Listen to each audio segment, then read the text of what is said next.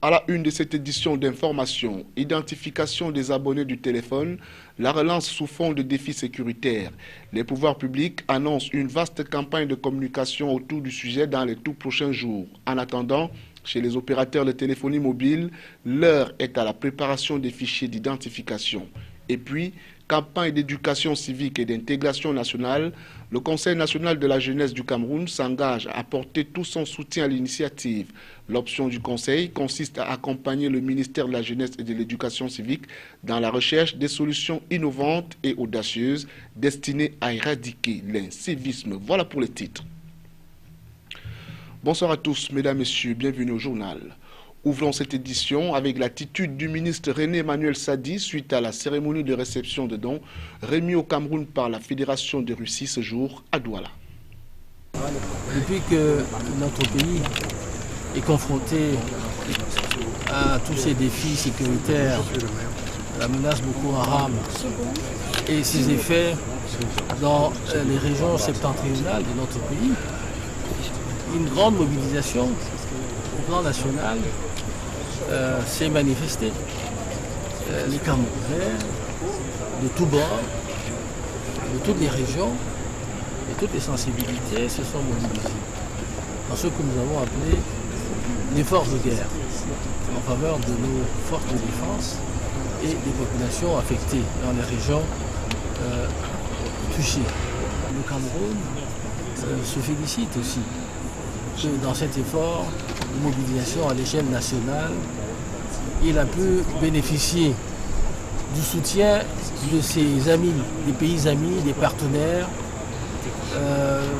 aussi bien les organisations humanitaires du système des Nations Unies que des pays amis, dans le cadre des actions bilatérales. Et parmi ces pays, il y a la Fédération de Russie. Je pense que à travers ceci, nous saluons la qualité des relations entre la Russie et le Cameroun. Et au-delà aussi, nous saluons l'esprit de solidarité, le soutien que nous apporte un pays ami, qui sait que nous sommes face à une situation qui n'est pas une situation facile, une situation qui nous interpelle, et ce pays ami nous apporte son soutien. Je crois que ce sont les messages que nous pouvons décrypter à travers ce geste de la Fédération de Russie. C'est pour ça que je suis ici avec l'ambassadeur de Russie. C'était donc René Emmanuel Sadi, ministre de l'administration territoriale et de la décentralisation. Nous y reviendrons. Identification des abonnés du téléphone. La guerre contre le terrorisme exhume un processus tombé aux oubliettes. 5 ans après la dernière campagne, l'identification des abonnés du téléphone est relancée sous fond de défis sécuritaires. Le reportage de Salomon Foué et Joseph Ateba. Sur très haute instruction du chef de l'État, 3 réunions se sont succédées depuis quelques jours au ministère des Postes et Télécommunications, regroupant les représentants de la tutelle, ceux de l'Agence de régulation des télécommunications ART, les responsables des forces de sécurité et ceux des différents opérateurs de la téléphonie au Cameroun. La 4e rencontre, organisée au siège de l'ART à Yaoundé, va tourner autour de la relance du processus d'identification des abonnés de téléphone en coordination avec les forces de sécurité. L'objectif de cette démarche vise une meilleure localisation doublée d'une volonté de sécurisation des communications au Cameroun dans un contexte marqué par la guerre contre le terrorisme et notamment le combat contre la secte islamiste Boko Haram d'une part et une commercialisation anarchique de puces préactivées d'autre part. Un commerce de puces à la criée dénué de toute exigence d'identification préalable des abonnés. La campagne est bien du moment où déjà on peut identifier la personne qui appelle on peut identifier la personne qui est derrière un appel téléphonique. À partir d'un appel, on peut retrouver la personne qui a appelé. Dans la campagne du côté sécuritaire, moi je trouve que c'est important. Il faut le faire.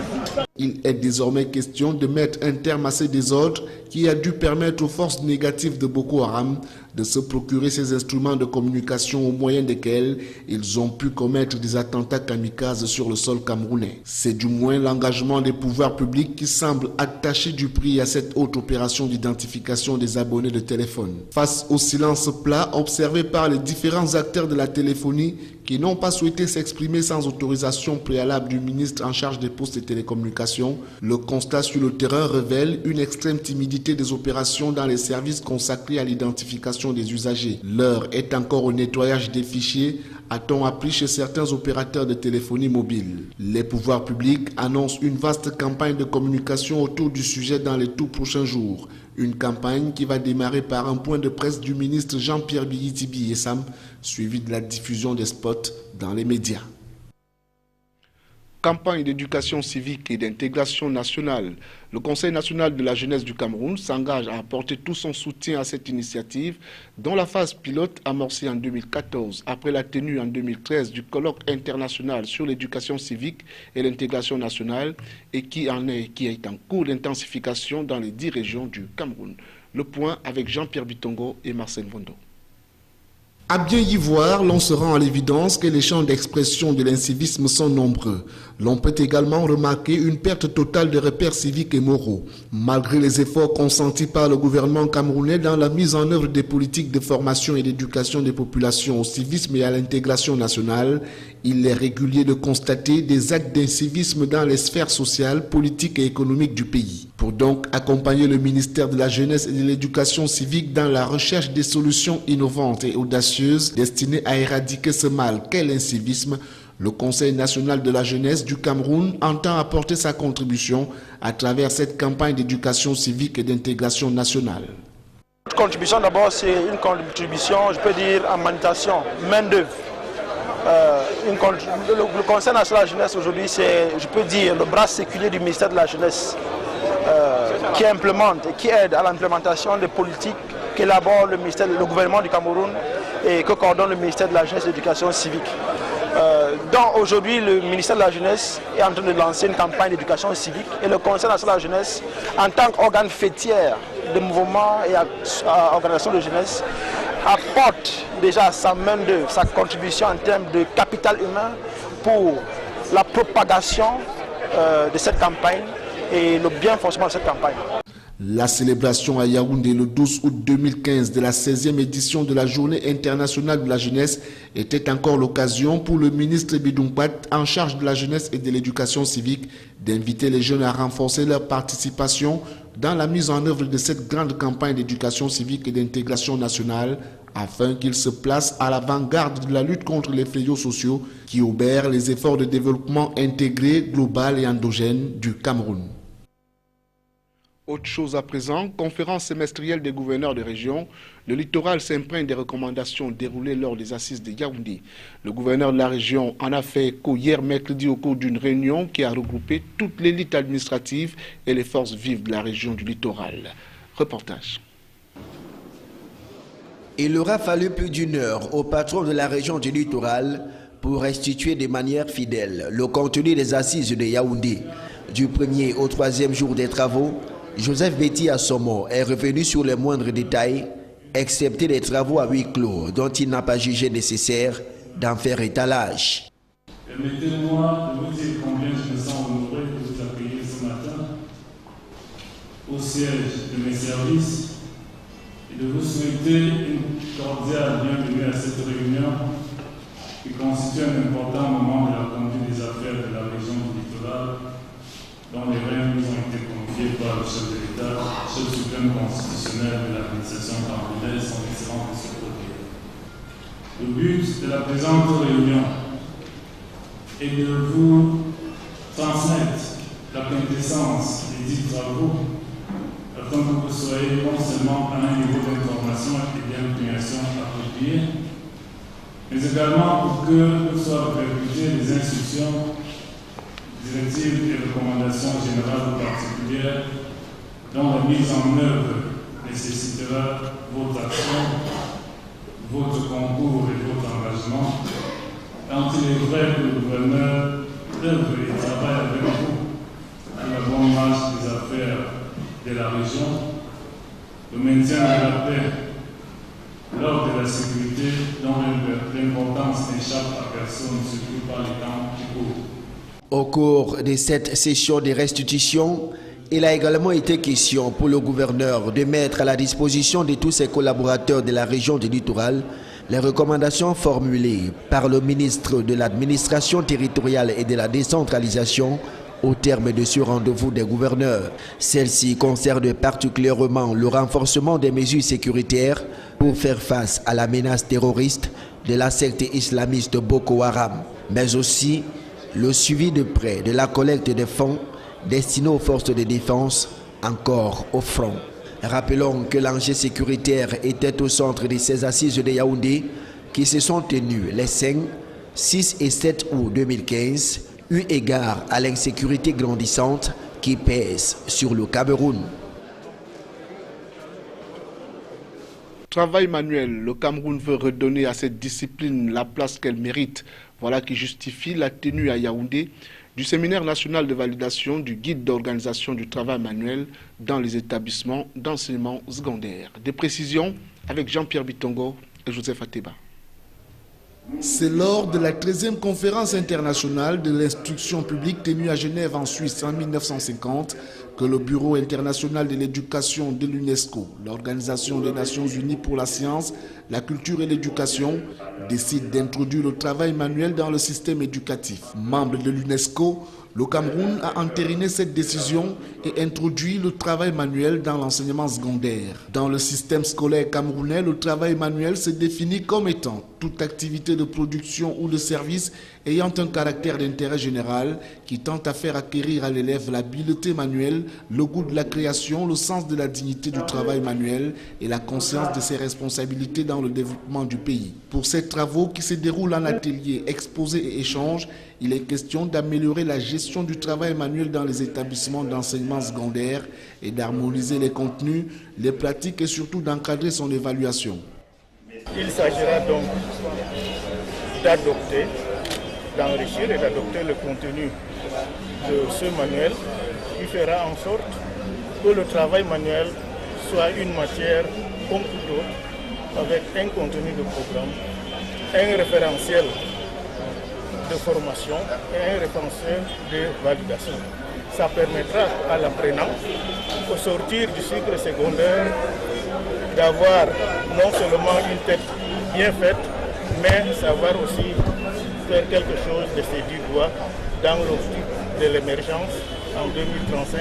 La non-application des textes encadrant cette discipline dans les établissements scolaires a incité le ministre des enseignements secondaires à prendre des mesures urgentes pour redonner au travail manuel ses lettres de noblesse.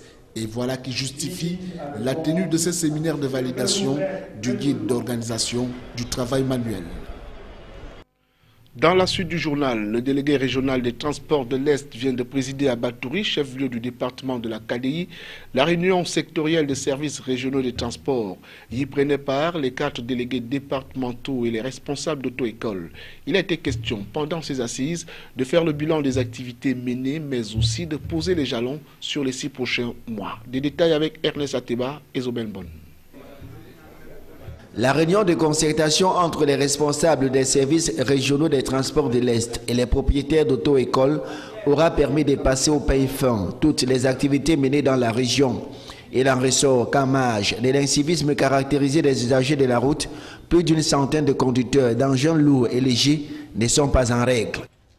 Les pièces requises et que le chauffeur lui-même a sur lui ses titres de transport tels son permis de conduire et autres. Mais depuis qu'on a commencé, il y en a qui n'ont pas de permis, il y en a qui font le transport clandestin des personnes, il y en a qui font le transport clandestin aussi, le transport des marchandises dangereuses.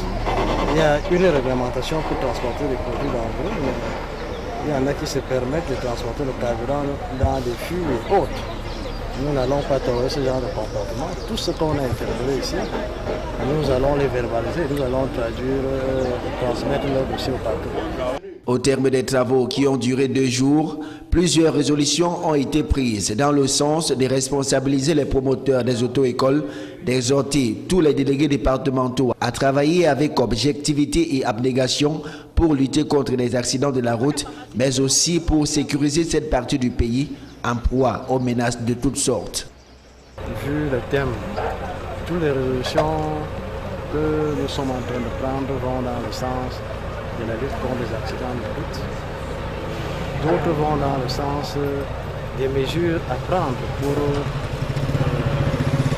participer activement dans la lutte contre l'insécurité dans le monde qui est en proie à des troubles de toutes sortes. Bon, nous sommes en train d'instruire les délégués départementaux continuer à mettre en exécution le plan d'action arrêté en début d'année. Nous disons qu'après le déroulement des exposés, la mise en application de ce plan d'action se fait normalement. Il y a donc lieu d'espérer que toutes ces recommandations seront mises en exécution. À retenir de cette édition d'information, identification des abonnés du téléphone, la relance sous fond de défis sécuritaires. Les pouvoirs publics annoncent une vaste campagne de communication autour du sujet dans les tout prochains jours. En attendant, chez les opérateurs de téléphonie mobile, l'heure est à la préparation des fichiers d'identification.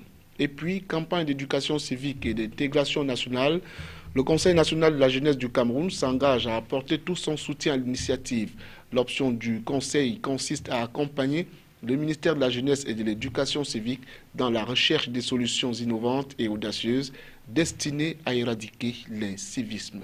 Mesdames, Messieurs, fin du journal. Merci de nous avoir accordé votre préférence.